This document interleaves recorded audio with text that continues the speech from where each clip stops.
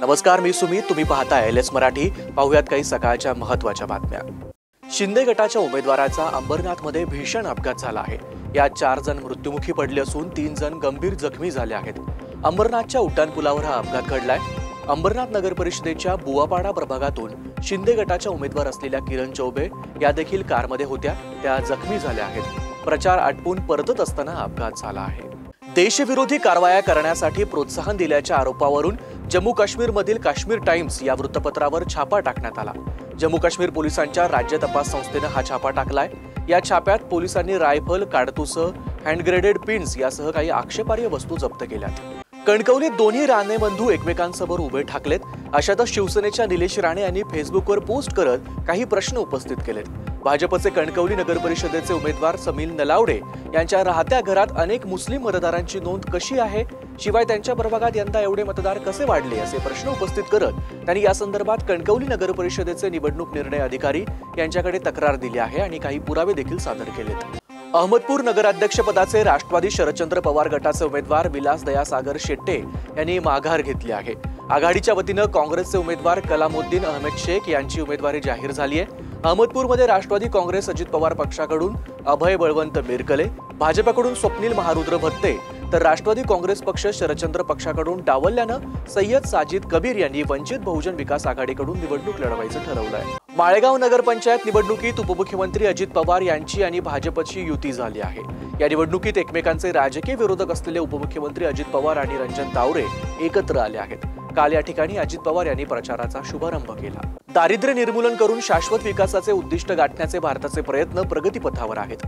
मात्र निम्म्या मुलांच्या जीवनावश्यक गरजा अजूनही पूर्ण झालेल्या नाहीत, असं युनिसेफनं त्यांच्या अहवालात म्हटलं आहे. देशातील 20,06,00,000 मुले अजूनही शिक्षण, आरोग्य, निवारा, पोषण, स्वच्छ पाणी आणि स्वच्छता या 6 पैकी एका गरजेपासून वंचित आहे, असं बालदिनी आलेल्या अहवालात म्हटलं गेलंय. कोरेगाव भीमा ग्रामपंचायतीत दिव्यांग निधी वितरणासह विविध बाबींमध्ये गंभीर अनियमितता आणि भ्रष्टाचार झाल्याचा आरोप करत वंचित बहुजन आघाडीचे जिल्हाध्यक्ष हिरामण वाघमारे यांच्या नेतृत्वाखाली ग्रामपंचायत कार्यालयासमोर भीक मागो आंदोलन करण्यात आलं. दिव्यांग बांधवांच्या निधी वाटपात भ्रष्टाचार झाल्याचा आरोप करत हे आंदोलन करण्यात आलं. यावेळी शिरूर गटविकास अधिकारी महेश डोके यांनी तक्रारीचं निवेदन स्वीकारलं. निवेदन स्वीकारल्यानंतर आंदोलन तात्पुरतं स्थगित करण्यात आलं. गेल्या 10 महिन्यात सरकारी आकडेवारीनुसार राज्यात 899 शेतकरी आत्महत्या झाल्या आहेत. यातील 560 कुटुंबियांना आतापर्यंत सरकारची मदत मिळाल्याचं मदत आणि पुनर्वसन विभागानं म्हटलं आहे. मराठवाड्यात बीड आणि संभाजीनगर जिल्ह्यात शेतकरी आत्महत्यांचं प्रमाण सर्वाधिक आहे. मिरज परिसरात हनी ट्रॅपचा प्रकार सुरू असून मिरजेतील एका महिलेच्या टोळीनं एकाला गंडा घातल्याचं उघडकीस आलंय. या प्रकरणी पोलिसांनी महिलेसह तिच्या साथीदारांना चौकशीसाठी ताब्यात घेतलंय. मिरजेतील वखार भाग परिसरातील एका महिलेनं सोशल मीडियावर तरुणांशी मैत्रीच्या बहाण्यानं ब्लॅकमेल करून कोल्हापूर येथील तरुणांकडून लाखो रुपये किमतीच्या सोन्या चांदीचे दागिने लुटले, अशी तक्रार मिरज शहर पोलिसात देण्यात आली आहे.